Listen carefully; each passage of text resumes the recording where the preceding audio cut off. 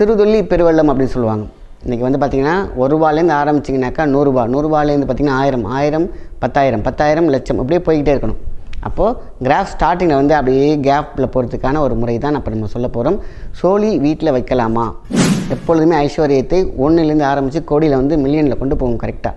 So அதனால் பூஜை ரூமில் ஒரு தட்டு 11 வெத்தலைக்கு மேலே நம்ம அந்த ரூபா காயின், அந்த ரூபா காயின் மேலே அந்த இந்த சோழியை வந்து நிமித்தி வைக்கணும். கவுத்து வைக்காமல் நிமித்தி வச்சுருங்க. ஸோ அது வந்து ஒயிட்டாகவும் இருக்கலாம், மஞ்சளாகவும் இருக்கலாம். அழகாக அந்த 11 வெத்தலை வர மாதிரி அந்த தட்டு வச்சுக்கோங்க. அப்படியே சுற்றி அழகாக அப்படியே வச்சிங்கனாக்கா அப்படியே ரங்கோலி கோலம் மாதிரி இருக்கும் பார்க்குறதுக்கு.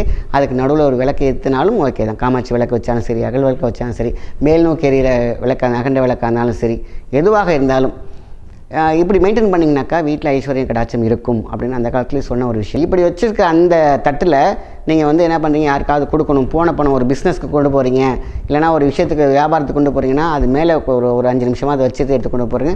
அது வந்து 1-10 மடங்காக திருப்பி வர வைக்கும். அப்படிப்பட்ட ஒரு பரிகாரத்தை அந்த காலத்துலேயே பண்ணியிருக்காங்க.